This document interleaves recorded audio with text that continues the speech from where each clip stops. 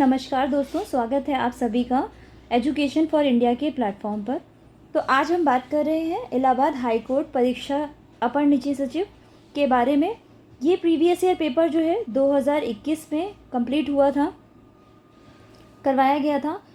2021 में जो हिंदी में अब तक प्रश्न पूछे जा चुके हैं, यहाँ पे हम उसका डिस्कशन करेंगे। तो ये 2021 में कंडक्ट हुआ था, जिसमें शिफ्ट 1 का जो है हिंदी पार्ट हम यहाँ से कंप्लीट कर रहे हैं। बाकी जीएस के जितने भी पार्ट हैं, रीजनिंग, इंग्लिश, हिंदी, जो भी पार्ट है वो सारे आपके कंप्लीट हो चुके हैं शिफ्ट 1 को लेकर। ठीक है, शिफ्ट 2 को लेकर जल्दी ही उसको भी एक्सप्लेनेशन करा देंगे। इसी तरह से जितने भी प्रीवियस ईयर पेपर हैं सभी आपको यहाँ पर मिल जाएंगे।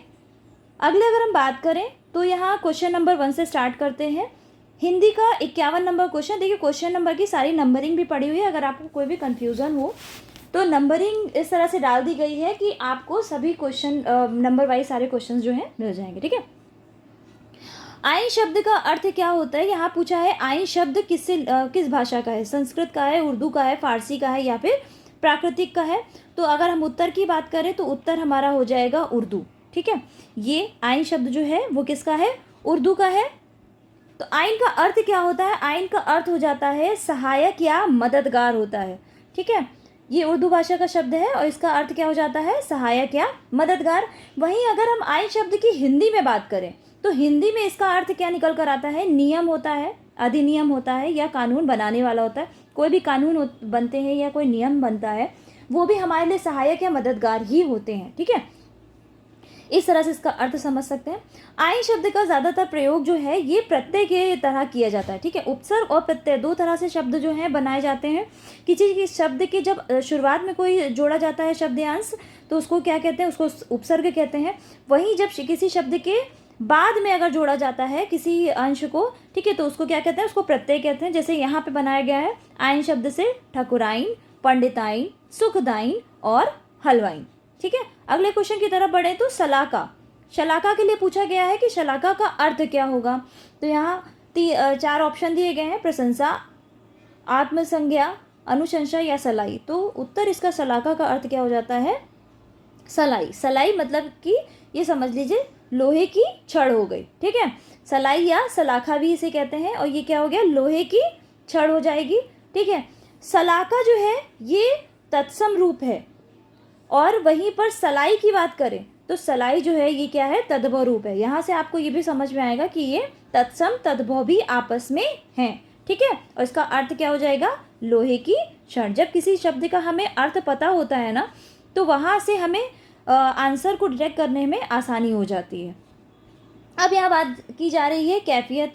तो हमने आपसे बोला था कि प्रत्यय किसे कहते हैं? जब किसी शब्द के अंत में कोई अंश या शब्द या कोई अक्षर जुड़कर उस शब्द के मतलब को बदलता है, ठीक है, तो उसे क्या कहा जाता है? प्रत्यय कहा जाता है। और यहीं अगर शुरुआत में जुड़ता तो क्या होता है? वो उपसर्ग हो जाता। तो कैफियत में पूछा है कौन सा प्रत्यय होगा? यत होगा, इयत होगा, फियत होगा या अत होगा? तो उत्तर हमारा हो जाएगा इयत। ठीक है, कौन सा जुड़ा है? इयत। कैफियत। अब हम यहाँ बात करेंगे कैफियत में प्रत्यय जुड़ा है इये। अगर इससे बनने वाले अन्य शब्द की इयत से और कौन कौन से शब्द बनाए जा सकते हैं जोड़कर? तो इंसान में जोड़ा इयत तो इंसानियत बन गया। कैफ में जोड़ा, जैसा कि अभी आपके आंसर में था, कैफियत। रूह में इयत को जोड़ा, क्या बन गया? रूहानियत। ठीक है, खैर में इयत को जोड़ा तो क्या बन गया? खैरियत। असल में इयत को जोड़ा तो क्या बन गया? असलियत। ठीक है, अगले क्वेश्चन की तरफ बढ़े तो यहाँ बात कर रहे हैं कि शुरू होते ही आकाश काले।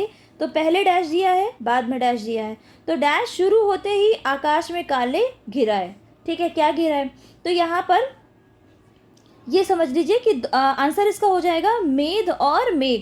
तो मेघ क्या हो गया? मेघ शुरू होते ही मतलब कि मेघ हो गया माह। ठीक है, कोई भी महीना, हिंदी महीने में मेघ एक माह है, वो शुरू होते ही आकाश में काले मेघ छा गए। मेघ मतलब यहाँ पे इसका किसका अर्थ है?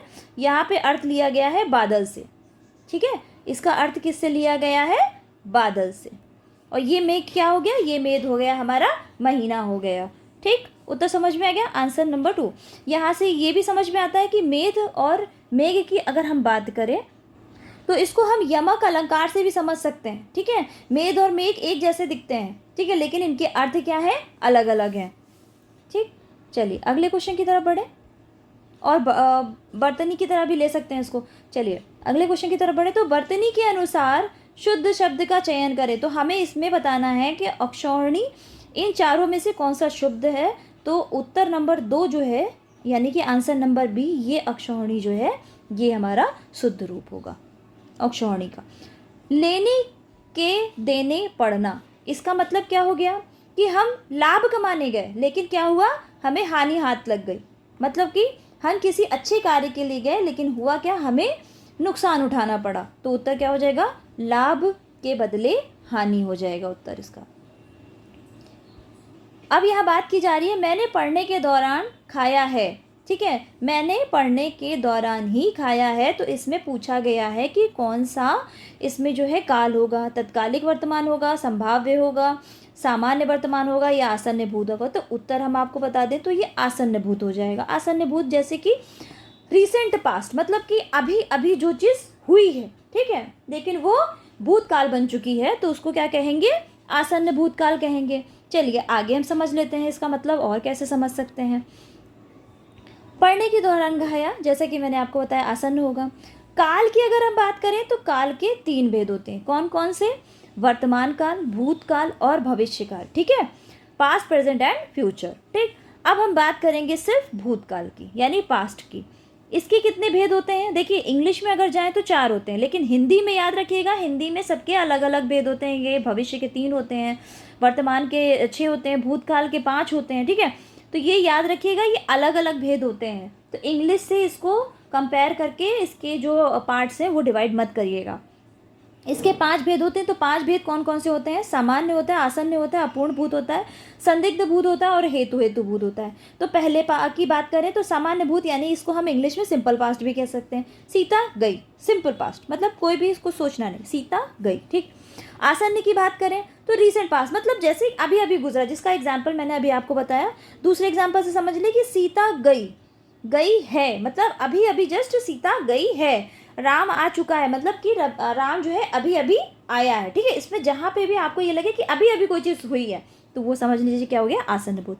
अपूर्ण भूत की बात करें कि मतलब जो पास्ट कॉन्टिन्यूअस, मतलब कि अभी वो प्रक्रिया में चल रही है, मतलब पूरी तरह से वो पूरी नहीं हुई है। ठीक है, तो सीता जा रही थी, उसको नहीं पता कि पूरी तरह चली गई कि नहीं गई, मतलब सीता अभी जा रही थी, मैंने देखा कि सीता जा रही थी। ठीक है, संदिग्ध भूत की बात करें तो इसको कह देंगे डाउटफुल पास्ट। कैसे कि सीता गई होगी, पता नहीं है, क्वेश्चन मार्क है यहाँ, सीता गई होगी, गई कि नहीं गई पूरी तरह पता नहीं। ठीक है, डाउट है मुझे, सीता गई होगी। ठीक है, हेतु यानी कि कंडीशनल पार्ट, सीता जाती, ठीक है, राम आता, ये कंडीशनल पे आ जाएगा। ठीक है, कंडीशन एक तरह से रखना। ठीक, चलिए अगले क्वेश्चन की तरफ बढ़े। तो यहाँ पर बैन सुनया जबते मधुर तबते सुनत न बैन। ठीक है, तो यहाँ पे बैन सुनया और सुनत न बैन, इन दोनों में क्या देख रहे हैं आप, इन दोनों में क्या है, विरोधाभास हमें दिख रहा है। ठीक है, तो यहाँ पे कौन सा अलंकार हो जाएगा, विरोधाभास अलंकार हो जाएगा। चलिए इसके बारे में जानते हैं, विरोधाभास अलंकार क्या होता है। विरोधाभास अलंकार उसे कहते हैं जब एक ही वाक्य में आपस में क्या हो, कटाक्ष लगे, मतलब कि एक ही वाक्य में आपस में आपको क्या करेगा, विरोधाभास दिखेगा, विरोध दिखेगा। जैसे कि एक उदाहरण से समझ लेते हैं, मोहब्बत जो है एक मीठा जहर, मीठा भी है और जहर भी है। मोहब्बत क्या है, मीठा भी है और जहर भी है। तो यहाँ क्या हो गया, विरोधाभास अलंकार हो गया। ठीक, अगले क्वेश्चन की बात करें तो कार्य करने वाला, इसके लिए यहाँ पूछा क्या है, एक शब्द पूछा है, यानी कि 1 वर्ड पूछा है। ठीक है, तो कार्य करने वाले के लिए उत्तर क्या हो जाएगा, कार्यकर्ता। अन्य शब्द, अन्य की अगर हम बात करें इसी तरह से मिलते जुलते जो एक शब्द है। ठीक है, तो कार्य करने वाले के लिए क्या हो जाएगा, कार्यकर्ता। स्थानापन्न कार्य करने के लिए, मतलब जो कार्यकारी जैसे रखे जाते हैं ना, कि कभी भी ये बदल सकते हैं, इनका कभी भी चेंजेस हो सकता है या इनके में बदलाव हो सकता है इनके स्थान में। तो स्थानापन्न कार्य करने वालों के लिए क्या शब्द इस्तेमाल होता है, कार्यकारी होता है। और कार्य का पालन करने वाला के लिए क्या शब्द बनता है, एक शब्द, वो कार्यपालक बनता है। ठीक है, ये तीनों मिलते जुलते हैं, इसलिए इसको यहाँ पर डिफरेंस दिखाने के लिए रखा गया। ठीक, अब यहाँ पूछा है कि अर्थ की दृष्टि से वाक्य के कितने भेद होते हैं। तो याद रखिएगा, वाक्य के अर्थ की दृष्टि से, ठीक है, वैसे तो 3 होते हैं वाक्य के भेद, सिर्फ वाक्य के भेद जो होते हैं। ठीक है, कौन कौन सा होता है, सामान्य होता है, ठीक है, इसके अलावा क्या होता है, संयुक्त होता है और इसके अलावा क्या होता है, मिश्रित वाक्य होता है। ठीक है, लेकिन यहाँ पे क्या पूछा है, क्वेश्चन पे ध्यान दे के ही काम करिएगा। ठीक है, यहाँ पे पूछा है इन्होंने अर्थ की दृष्टि से, तो अर्थ की दृष्टि से वाक्य की बात करें तो वो 8 प्रकार के होते हैं। कौन कौन से होते हैं, चलिए इसके बारे में हम डिस्कशन कर लेते हैं। अर्थ की दृष्टि से 8 भेद कौन कौन से, विधानवाचक, निषेधवाचक, प्रश्नवाचक, विस्मयादिबोधक, आज्ञावाचक, ठीक है, इच्छावाचक, संकेतवाचक, और अगर अगले की बात करें तो ये क्या हो जाएगा, संदेहवाचक। ठीक, अब हम एक एक के बारे में थोड़ा बात कर लेते हैं। तो विधानवाचक की बात करें तो क्रिया करने या होने की जहाँ सूचना मिले तो वो क्या हो जाएगा, वो हमारा विधानवाचक हो जाए। उदाहरण की दृष्टि से देखें तो वर्षा हो रही है। ठीक है, यहाँ पे क्या है, आपको सूचना मिल रही कि वर्षा हो रही है, तो यहाँ क्या हो जाएगा, विधानवाचक। निषेध में सिंपल सा याद रखिएगा, बहुत ज़्यादा दिमाग पे जोर डालने की ज़रूरत नहीं है। जहाँ पे आपको नहीं या ना मिले वो समझ लीजिए निषेध हो गया, मतलब कि जहाँ पे कार्य होने या कार्य ना होने का भाव प्रकट हो वहाँ पे क्या हो जाएगा, निषेधवाचक। उदाहरण की बात करें तो मैंने दूध नहीं पिया, मैंने खाना नहीं खाया, मैं यहाँ नहीं गया, ये क्या हो गया, निषेध हो गया। ठीक है, प्रश्नवाचक सिंपल है, जहाँ क्वेश्चन मार्क आपको दिखे। ठीक है, जहाँ प्रश्न पूछते हुए दिखे कि रमेश कहाँ जाएगा, सीता कहाँ आएगी। ठीक है, ये क्या हो गया, प्रश्नवाचक वाक्य हो गया। अब हम बात करें विस्मयादिबोधक, इसमें आश्चर्य, घृणा, क्रोध भाव जब दिखे तो वो समझ लीजिए विस्मयादिबोधक, जैसे कि वाह कितना सुंदर दृश्य। ठीक है, ये क्या हो गया, ये विस्मय, जहाँ पे आपको आश्चर्य हो, जहाँ पे आपको कोई चीज़ अच्छी दिख रही हो, मतलब बहुत ही अद्भुत दिख रही हो, जहाँ किसी चीज़ में क्रोध आए या घृणा का भाव हो। ठीक है, तो वो क्या हो जाएगा, विस्मयादिबोधक हो। आज्ञा, जहाँ पे आज्ञा प्रकट हो, जहाँ पे ऑर्डर दिखता हो, या फिर जहाँ प्रार्थना का बोध हो तो वो क्या हो गया, आज्ञा हो गया। जैसे कि बड़ों का सम्मान करो। ठीक है, एक तरह से ये प्रार्थना ही हो गई कि बड़ों का आपको सम्मान करना चाहिए। ठीक है, रिक्वेस्ट टाइप का। इच्छावाचक, इच्छा की बात करें तो इच्छा, आशीष, शुभकामना का जहाँ ज्ञान हो, जैसे कि तुम्हारा कल्याण हो, तुम्हारा भला हो, ये क्या हो गया, इच्छावाचक हो गया। ठीक, संकेतवाचक, यहाँ पे शर्त या संकेत का बोध, जैसे कि पिता जी अभी आते तो अच्छा होता। ठीक है, तुम वहाँ गए होते तो अच्छा होता, तुमने परीक्षा दी होती तो तुम सफल हो जाते, ये क्या हो गया, संकेतवाचक हो गया।